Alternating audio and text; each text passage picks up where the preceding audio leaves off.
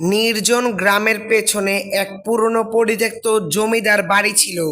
লোকমুখে শোনা যেত এই বাড়িটিতে নাকি জমিদার বংশের এক কুমারী মেয়ে কাকলি তার জীবন হারায়, তবে সে কখনো মুক্তি পায়নি। রাতের অন্ধকারে তার কান্না আর ঘরের ভেতর অদ্ভুত আওয়াজের গল্প ছড়িয়ে পড়েছিল। গ্রামের কেউ সেখানে রাতে যেতে সাহস করত না। একদিন শহর থেকে আসা দুই যুবক, সাগর ও সবুজ, এই বাড়ির কাহিনী শুনে ঠিক করলো তারা সেখানে রাত কাটাবে।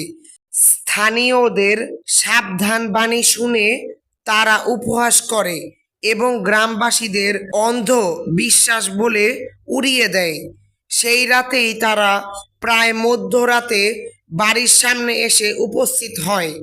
বাড়িটি ধ্বংসপ্রাপ্ত, দেওয়ালের ফাটল আর সিঁড়িতে লতানো গাছগুলো ভয়াবহতার আভাস দেয়। ঘরের ভেতর মোমবাতির আলো জ্বালিয়ে দুই বন্ধু আশেপাশে ঘুরতে থাকে। প্রথমে কিছুই হয় না, কিন্তু রাত গভীর হওয়ার সাথে সাথে সবুজ আচমকা কেমন যেন অস্তিত্ব অনুভব করে। তার মনে হয় কেউ যেন তাকে লক্ষ্য করছে। সাগর তখন পাশের ঘর থেকে কিছু খুঁজতে গিয়ে অদ্ভুত গন্ধ পায়, বিলুপ্ত শুষ্ক রক্তের মতো। এক সময় তারা দেখতে পায় কাকলির একটি চিত্র, এক দুঃখী মুখ আর বড় বড় চোখের মূর্তি, যার দিকে তাকালেই শীতল স্রোত বেয়ে যায়। সেই মুহূর্তে সবুজ চিৎকার করে ওঠে, সাগর, আমার পেছনে কেউ দাঁড়িয়ে আছে। সাগর দৌড়ে এসে দেখে সবুজ মাটিতে লুটিয়ে পড়েছে, তার গলা দিয়ে ফেনা উঠছে।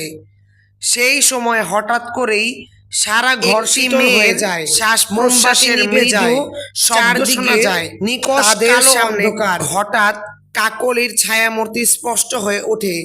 কাকলির মিষ্টি চেহারা হঠাৎই বিকৃত হয়ে যায় এবং সে একটি ভয়ানক হাসি দেয়। সাগর কোনোভাবে সবুজকে টেনে বের করতে চাইছিল, কিন্তু সবুজের শরীর ভারী হয়ে গেছে, যেন তাকে কিছু আটকিয়ে রেখেছে। কাকলির ছায়া ধীরে ধীরে তাদের দিকে এগিয়ে আসতে থাকে। শেষ মুহূর্তে সাগর দৌড়ে বেরিয়ে আসে, তবে সবুজকে আর খুঁজে পাওয়া যায় না। পরের দিন সকালে গ্রামবাসী দেখতে পায় জমিদার বাড়ির কাছে সবুজের দেহ পড়ে আছে। তার চোখ দুটি উল্টে গিয়েছিল এবং তার মুখে এক ভয়ানক আতঙ্কের চিহ্ন।